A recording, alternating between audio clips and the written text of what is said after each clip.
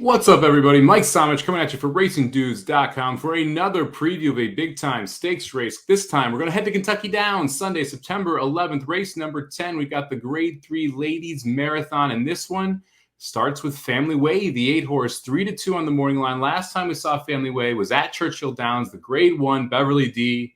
Still feels weird to say that since it should be at Arlington. Ends up running third to Delika and Family Grace. Was a 2-1 in that spot. It was a decent effort first off the bench. Prior to that, I've been running in graded stakes around the country, really, Belmont, Keeneland, and New York. Big-time win at Gulfstream Park, the Grade 3 Orchard, as about a 2-1 favorite in that spot.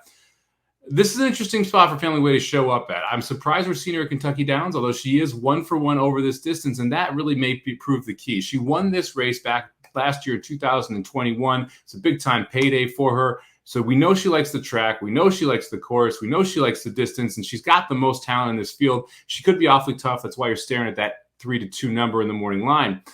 One horse that I think is kind of interesting here is the one-horse Adventuring out of the Brad Cox barn. This is a 4-year-old filly who we had not seen for a while. She comes back August 6th at Mountaineer, runs okay, wins the race, was clear, doesn't get a great number coming back for it.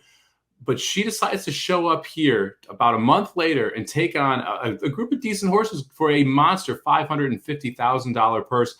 She's got success over this racetrack, 1-for-1, also have won at this distance at the mile and 5/16, which is pretty unique as well. So you got to think that Adventuring has a shot here, although it's going to take a big-time step forward to compete with some of these horses. A few other contenders I want to highlight in here before I give out a pick. Core Values, the 5-horse, sitting at 5-1 on the board. 1-2 in here for Victoria Oliver. This is the one that I thought was a little bit more interesting. Has faced Family Way twice, lost both times, but was pretty close to Family Way in those spots, specifically at Keeneland, going 1.5 miles over the firm turf, ran third, a length behind Family Way. Warlike Goddess won that race, so that was a tough spot to be in.